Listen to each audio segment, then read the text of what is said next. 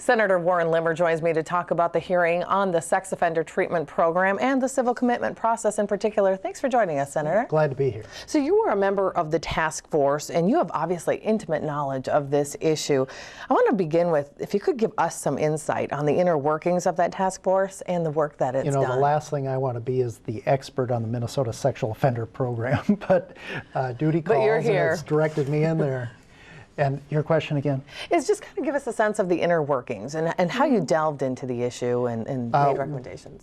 I actually got involved in this about 3 years ago when we began to hear questions of whether or not the program itself was constitutional. There's a large population of former inmates that are now civilly committed after their criminal sentence has been finished. Then the state came along and said, oh, we think you're still a threat, so we're going to put you into a civil commitment. And if you do enough treatment, and if you're successful, you will get out. Well, in almost 20 years, no one has gotten out except maybe recently, just 1 or 2 people. And so that raises the question, does the treatment model that we have actually work? And if it doesn't work, why are we doing the same thing? And if these individuals are not amenable to treatment, then why do we have this very expensive program?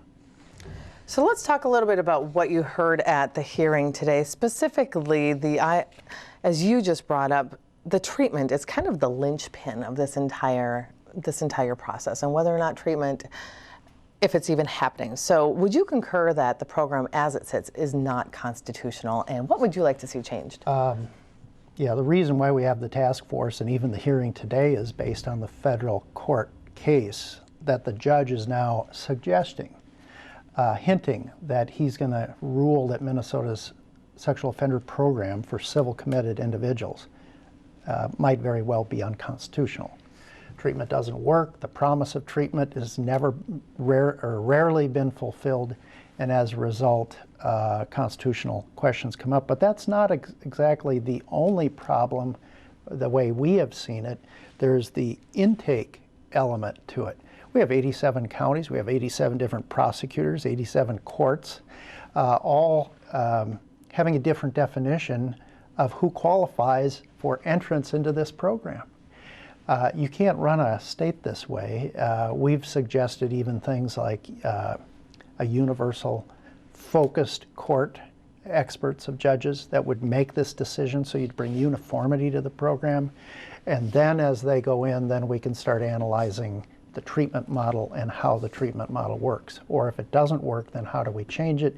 And if the whole system doesn't work at all, then we've got to rebuild the whole.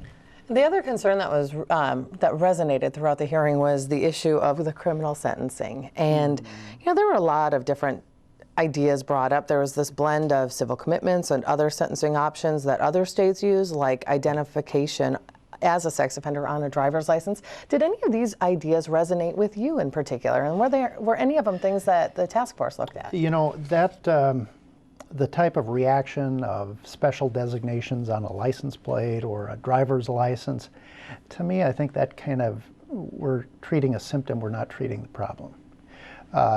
There also was at this same task force meeting of the question of prevention. How can we head off problems before they get to the point that serious issues occur? I think that's a valid consideration, and we should look into that.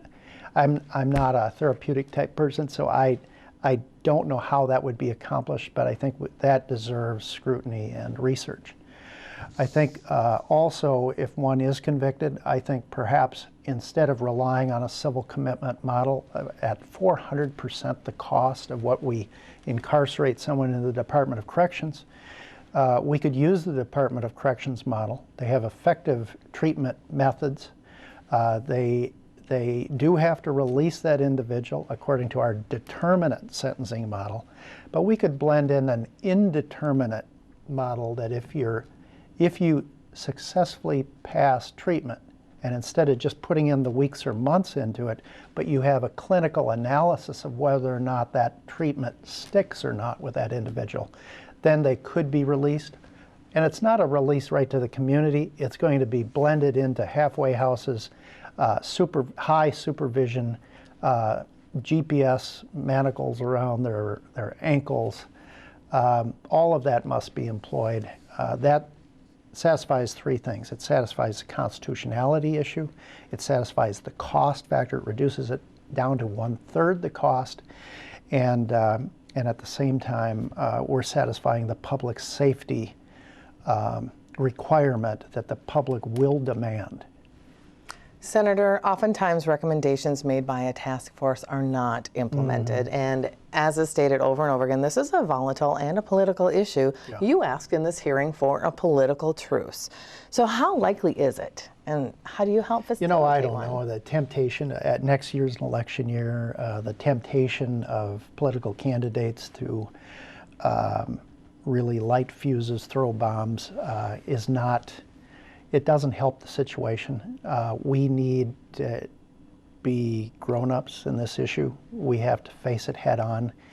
It's an issue that is a vital safety concern in our state, and we need to address this. Other states have successfully handled the issue of what do we do with the chronic or psychopathic sex offender. Texas, highly successful. New York, highly successful. Wisconsin, a little less, but still a high degree of success in how they handle their inmates. And they don't have high costs. They don't have a reliance on large psychiatric institutions. And they have very good programs that are responsible to the public trust as well as being responsible for public safety and cost. So it can be done. And you talked a little bit about it being an election year. So if it doesn't happen in 2014, if something isn't passed, is there still time, or do you really believe the federal courts will come in and take that, just start chopping away and do what it thinks I is believe right? the federal courts will be involved. I believe that the judge in the federal court in our district in Minnesota has been wise to give us time to fix our problem before he reacts. If he senses that we are going in the right direction, that we're hearing the concerns of the federal court, he can stay his decision. He can go slower as we react. But if we do not react, if we turn this into a big political circus, I'm fearful that the court will say, a pox on Minnesota. There's constitutional issues here, and if the judge comes to that conclusion, he will react, but it's with a blunt instrument. It's not with a fine scalpel. Like, judges are not policymakers.